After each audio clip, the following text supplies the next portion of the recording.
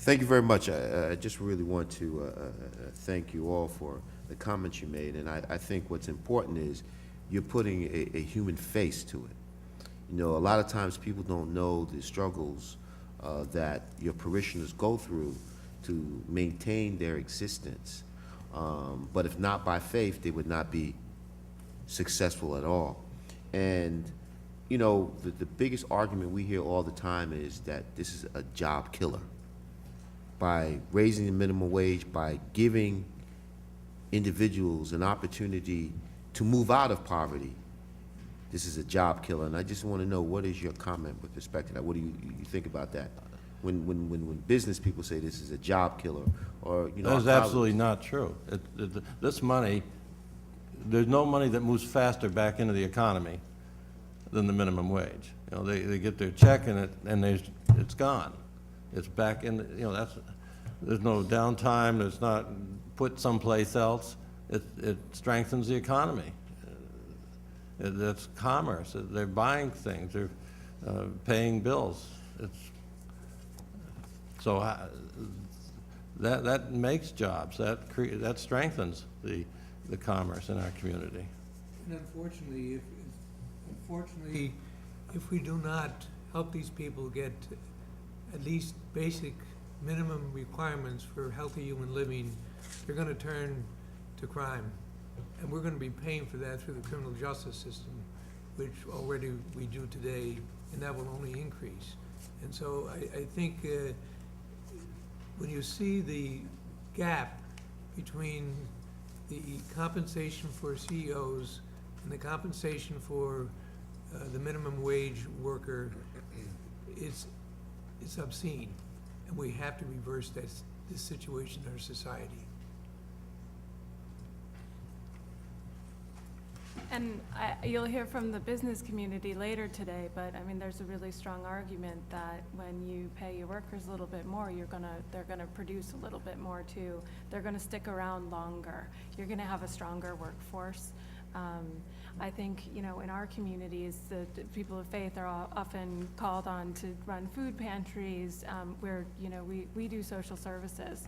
And we see that minimum wage earners are at our breakfast programs, are receiving these services because they can't afford the basic necessities of life. Well, somebody's paying for those programs. Let them live in dignity. Let them be able to pay for their own breakfast, because they worked hard for that. Have you seen a significant increase in the food pantries in the last few years? Absolutely. I hear from clergy everywhere that the lines are getting longer, and what clergy are saying is, you know what, it's our job to feed these people, but if we were put out of business tomorrow, we would rejoice. We've seen a 40% increase in the last 2 years in our food pantries in churches. These are people earning minimum wage.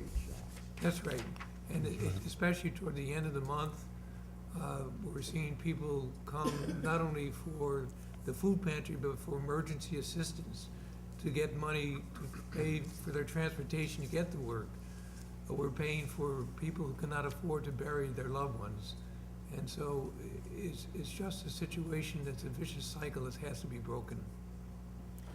If you haven't made it out already, Deb Jameson from Focus Churches wasn't able to make it today, but there's a breakfast program that's run, Francis Rosenau's church, Westminster Presbyterian.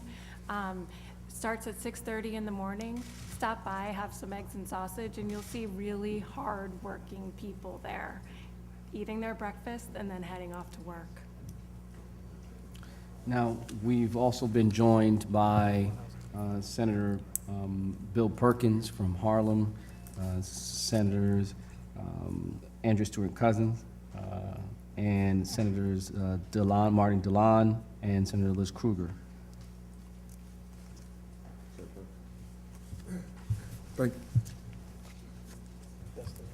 Thank you very much. I heard you sharing your observations with respect to families and the use of the food pantries.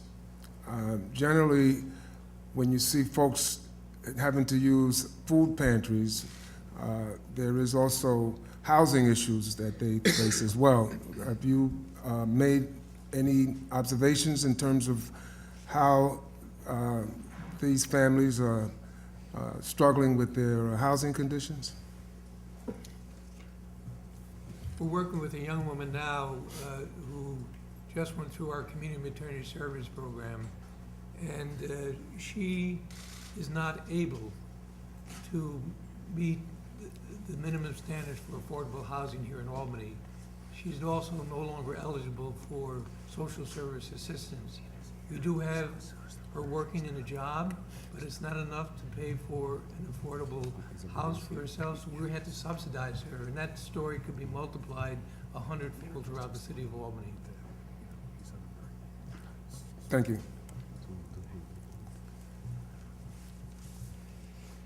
Does anyone else have any questions? No. Thank you very much.